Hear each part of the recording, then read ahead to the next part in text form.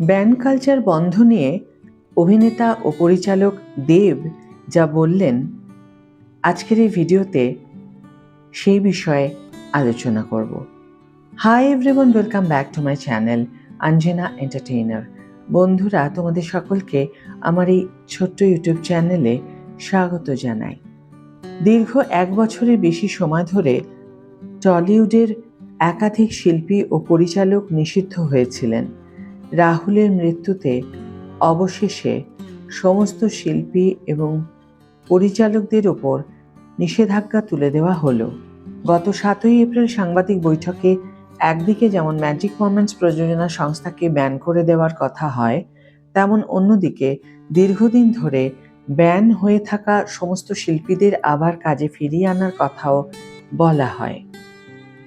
সাংবাদিক বৈঠকে দেব বলেছিলেন, বোম্বাদা অর্থাৎ প্রসেনজিৎ চট্টোপাধ্যায় 72 ঘন্টার সময় চেয়েছেন, যার মধ্যে তিনি সমস্ত ব্যান্ড হওয়ার শিল্পী পরিচালকদের ফিরিয়ে আনবেন।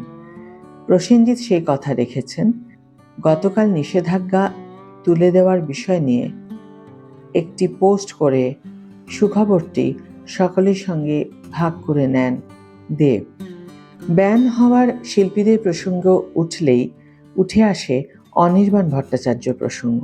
অনির্বাণকে কাজে ফিরিয়ে আনা প্রসঙ্গে প্রশ্ন করা হলে দেব বলেন, অনির্বাণ আমার সাবজেক্ট নয়।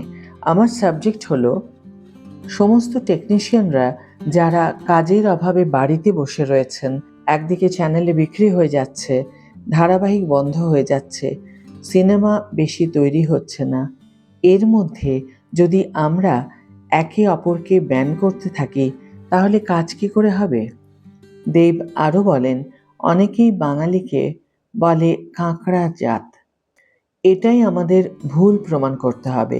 শুধু অনির্বাণ নয়, যারা যারা ব্যান হয়েছিলেন তারা প্রত্যেকে ফিরবেন। টেকনিশিয়ানদের সঙ্গে নিয়ে ফিরবেন, সম্মান নিয়ে ফিরবেন, ভালোবাসা দিয়ে ফিরবেন। সবশেষে দেব বলেন, ব্যান শব্দটাকেই আমাদের ব্যান করে দিতে হবে। যাদের যোগ্যতা আছে তারা অবশ্যই কাজ করবে।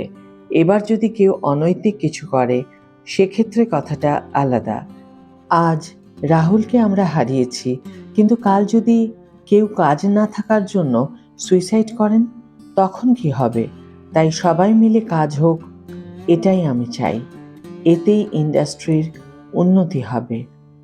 বন্ধুরা, এই ছিল দেবের বক্তব্য ব্যান কালচার নিয়ে। আজকের ভিডিও এখানে শেষ করছি। ভিডিওটি যদি ভালো লেগে থাকে তাহলে অবশ্যই একটি ছোট্ট করে লাইক দিও, শেয়ার করো বন্ধুদের সাথে, কমেন্ট করে জানিও তোমাদের মতামত। যারা এখন আমার চ্যানেলটিকে সাবস্ক্রাইব করোনি তারা অবশ্যই চ্যানেলটিকে সাবস্ক্রাইব করে আমার পাশে দেখো, আর যারা অলরেডি সাবস্ক্রাইব করে দিয়েছো তাদের জন্য আমার অনেক ভালোবাসা এবং অনেক ধন্যবাদ। আজ তাহলে বিদায় বন্ধু, দেখা হবে পরের ভিডিওতে। ভালো থেকো, সুস্থ থেকো, সঙ্গে থেকো।